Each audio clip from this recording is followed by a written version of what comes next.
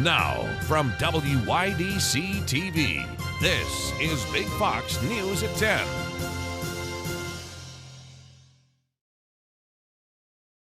Thanks for joining us. I'm Anna Manuel. The restoration of a Victorian home in Elmira has caught the eye of many. Our Maggie Hall has a tour of the home, and she speaks to the mother-daughter pair who are restoring it. A mother-daughter duo have taken on the challenge of restoring one of Elmira's old Victorian homes. Join me for a tour of the Sampson J. Friendly house and a chat with the two people restoring it. Inspired by their love of the Instagram account Cheap Old Houses and April's love for Mark Twain, the two traveled from their homes to tour some of Elmira's most historic homes. We pre-booked with a realtor 2 days worth of seeing old Victorians, and I said it has to have a fireplace and a nice front porch. Yeah. Those are the only two requirements.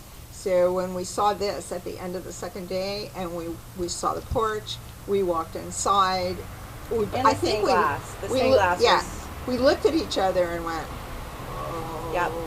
This is it. The home was built in 1883 and was designed by Joseph H. Pierce. Sampson J. Friendly and his wife lived in the home, and it was later on used as a dentist office during a good part of the 20th century. It still has many of its original fixtures.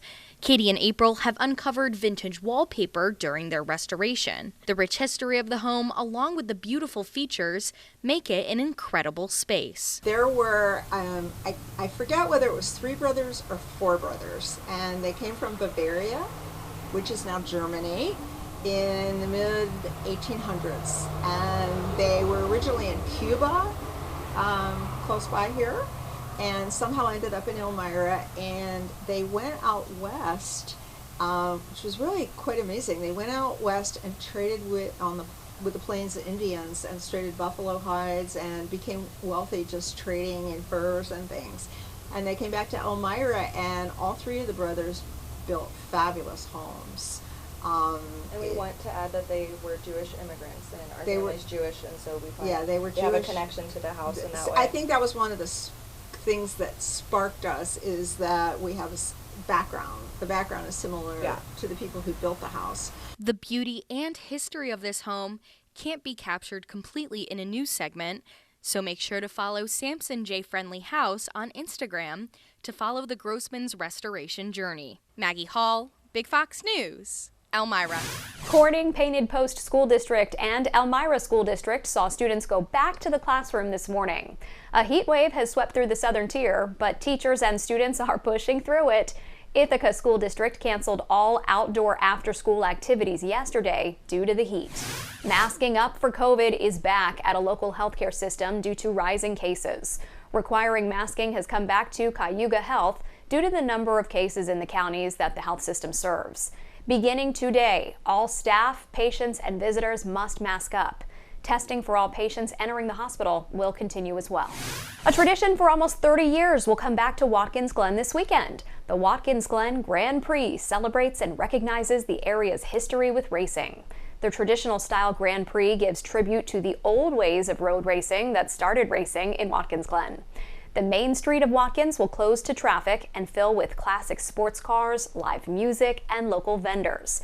To learn more, visit GrandPrixFestival.com. Just over 400 days remain until Election Day 2024. But on the campaign trail, another number is gaining attention: age. Mike Emanuel has more from Washington. We all know young 75-year-olds, and we know Joe Biden.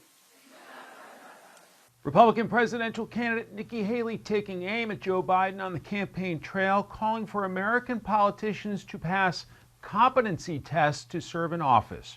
Her remarks coming on the heels of a new poll released this week showing 3/4 of Americans, including 2/3 of Democrats, consider President Biden too old for office. Vice President Kamala Harris brushing aside the poll results, defending the president, saying she has seen firsthand his ability to handle the job.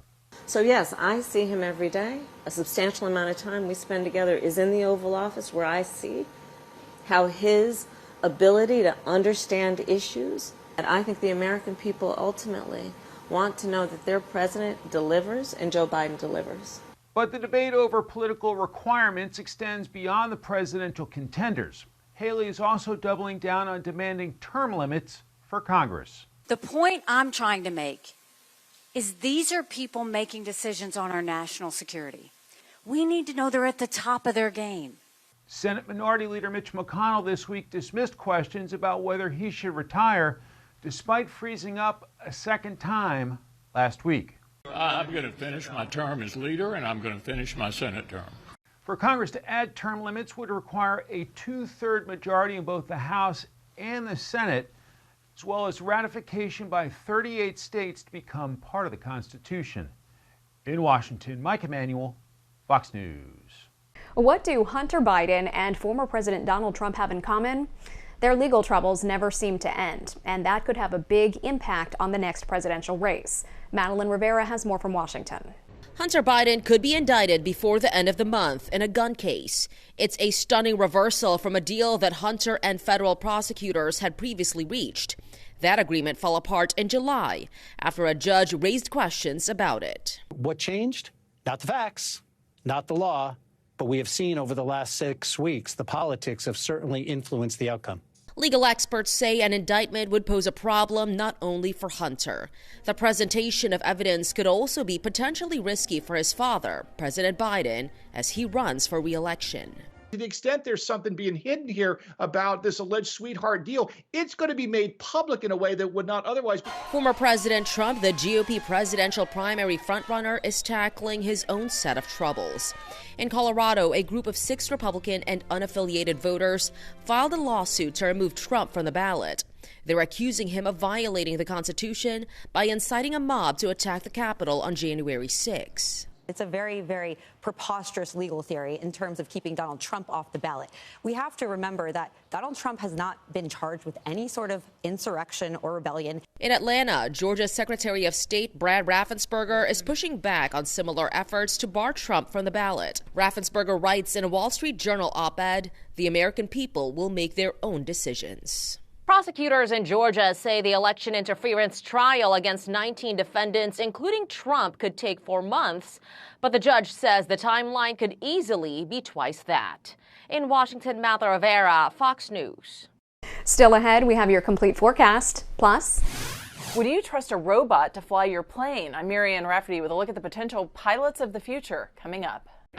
Here's your local stock market update from Big Fox.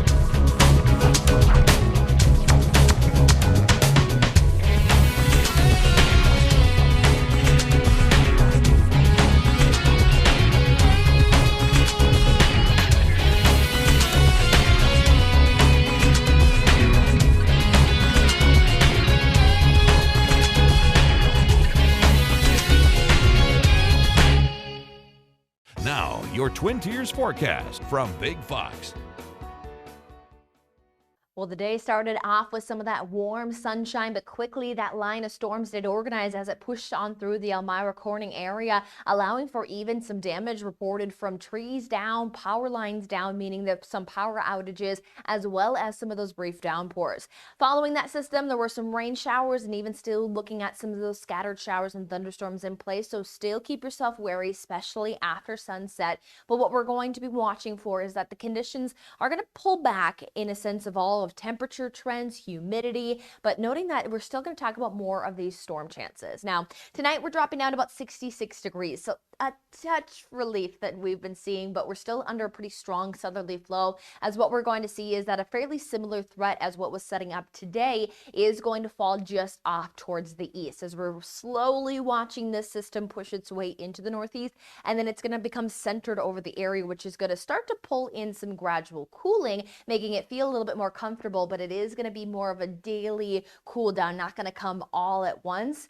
But with that system centered over the area is going to keep an active weather pattern with at least daily rain and thunderstorm chances in place.